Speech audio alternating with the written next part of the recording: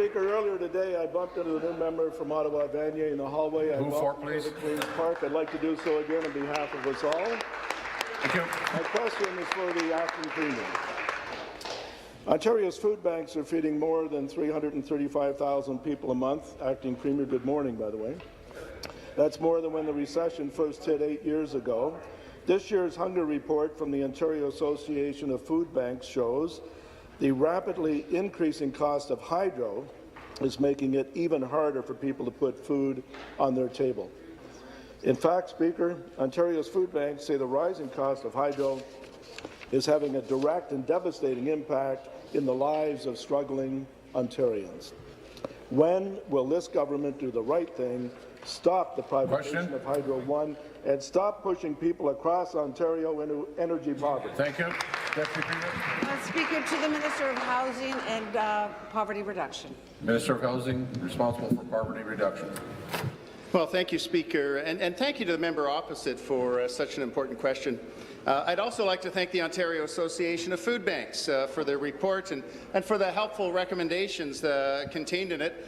And I'm pleased that the association recognized the efforts the province has undertaken on housing and the basic income pilot. You know, Speaker, we've seen the number of reports that food bank usage has actually decreased between 2015 and 2016. The Ontario Association of Food Bank report, however, reminds us that food bank usage has not returned to a pre-recession level, right? So this is one of the reasons that Premier Wynne has instructed me to develop a food security strategy. It's going to focus on improving access to nutritious food across Ontario. Speaker, we know there's more to do, and we're going to continue to build on our progress to improve everyday lives of Ontarians. Supplementary. Interesting spin, Speaker. Hydro rates are out of control. You're pushing families and seniors into poverty. Since 2008, there's been a 23% increase in the number of seniors relying on food banks. This government just isn't doing enough to help people who are struggling and falling further behind on their hydro bill. The Hunger Report, Minister, says, and I quote, "The help that currently exists from the provincial government is not comprehensive or inclusive enough for the majority of Ontario families struggling to make ends meet."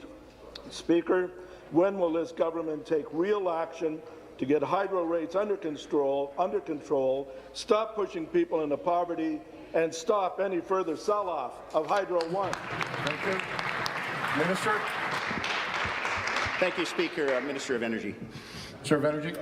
Thank you, Mr. Speaker. First off, as we are all aware in this House, the broadening of Hydro One does not have an impact on the rates. The OEB sets the rates, Mr. Speaker, and that's been very clear.